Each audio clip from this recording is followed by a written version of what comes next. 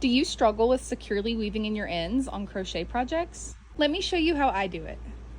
I'm specifically going to be weaving in the ends on one of these cups because I got a lot of questions on my videos last week from y'all wanting to see how I wove in my ends on these colorful cups that have a lot of color changes. So I'm going to use this as an example. If I have a whole bunch of ends like this where they're kind of like in pairs, I typically will tie them off before I weave them in. So I'm going to tie all these together in double knots. Now that I've done that, I'm just going to pick an end and start weaving in. So you can pick any random one. I'm just gonna pick this one in the center here. And you're just gonna pick some stitches to run up under. So I like to go through the stitches that are closest to where the end is sticking out. And I'm just gonna run through the center of some stitches and then go back the opposite direction.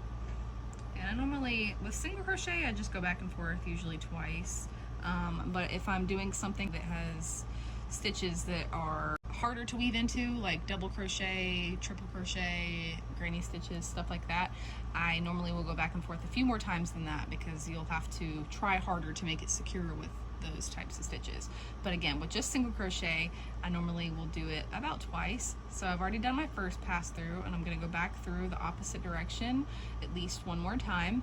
I do this two different ways. You can either completely skip over that one loop that you just came out of, or you can split the fibers and go in the center of it. So it depends on the type of yarn you're using if you're able to split fibers or not. This is more of a technique I use again on stitches that are more difficult to weave into if you have less to go through. So this isn't really necessary for single crochet. I just wanted to mention that, so I'm just going to show you how to do that. You'll split that loop in the center and then run up under all those stitches that you just came through.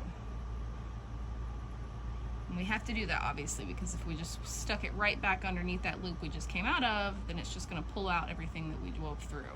So see how it's nice and tight now?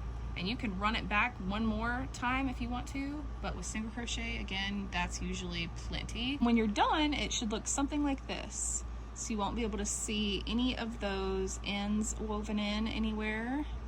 And you should have a nice seamless color change. And if you missed my video on how I do my seamless color change, definitely go check that out. I just posted it last week, so it's not far down on my page.